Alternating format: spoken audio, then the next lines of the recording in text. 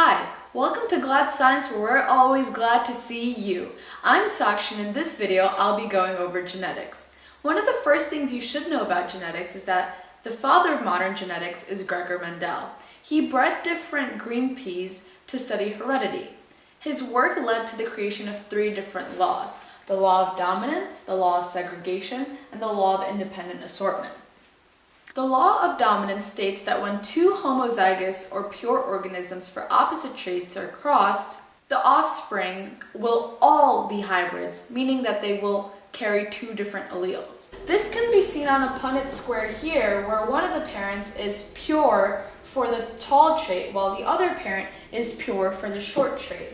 So when you cross those two parents, all of the offspring will be tall, but they will be hybrids. So the genotype is a capital T and a lowercase t, but the phenotype, which is what is expressed, would all be tall. They would still all carry the short allele. The law of segregation states that during the formation of gametes or sex cells, the traits carried by each parent separate.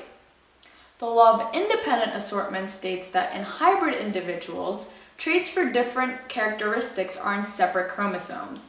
That means that the gene for height, for example, will not be inherited along with the gene for skin color.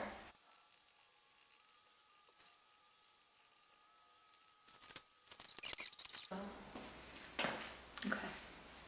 Now that you know all of the laws, let's talk about monohybrid and dihybrid crosses. A monohybrid cross is defined as a cross between two hybrid organisms. For any cross, you should know that the phenotype is what an organism looks like, and a genotype is the type of gene, like I mentioned before. Here's an example of a monohybrid cross. You should always remember that for a monohybrid cross, the genotype always follows a set ratio, which is 1 to 2 to 1. So when we cross two hybrid parents, you get one offspring, which is homozygous dominant, meaning two capital T's. We have two offsprings, which are hybrids just like their parents, and you have one offspring, which is homozygous recessive, meaning two little or lowercase t's. So that's why it follows the 1 to 2 to 1 ratio. And then for the phenotype is different. That is what it would look like. So in this case, the phenotype is 3 out of the 4 offsprings will be tall, and 1 offspring out of the 4 will be short. A dihybrid cross is defined as a cross between individuals that are hybrid for two traits. Here is an example of a dihybrid cross. A dihybrid cross follows a different set ratio for the genotype. The ratio for a dihybrid cross is 9 to 3 to 3 to 1.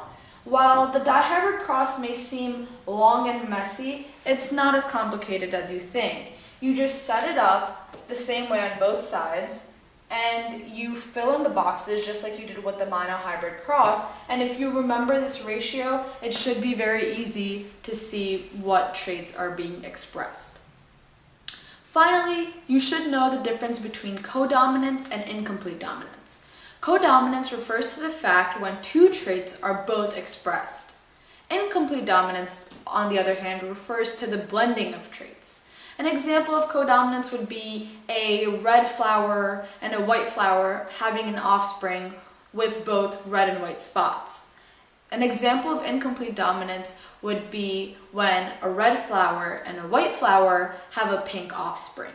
That's all the time I have today, but stay tuned for part 2 of genetics, in which I will cover test crosses, multiple alleles, polygenic inheritance, and mutations. Thank you so much for watching, and I'm always glad to be of help.